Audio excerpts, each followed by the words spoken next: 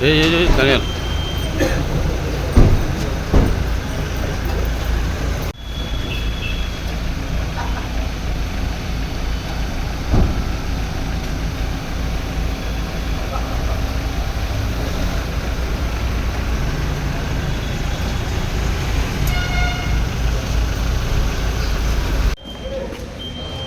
News came in.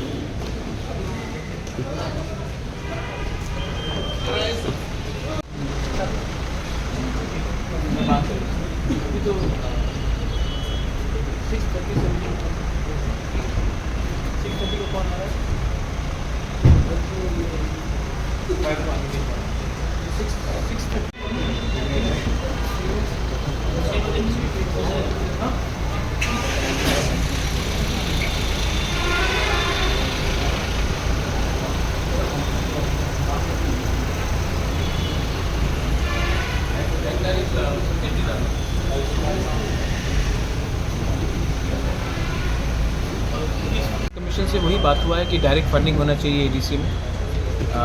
हम लोगों को आर्टिकल 280 से जो गवर्नमेंट ऑफ इंडिया का प्रोविज़न है, government of India has to give us direct funding. आज के दिन 68% of Tripura is ADC area, लेकिन फाइनेंस सिर्फ 1.7% का बजट का आता है। ये सब बात हुआ है।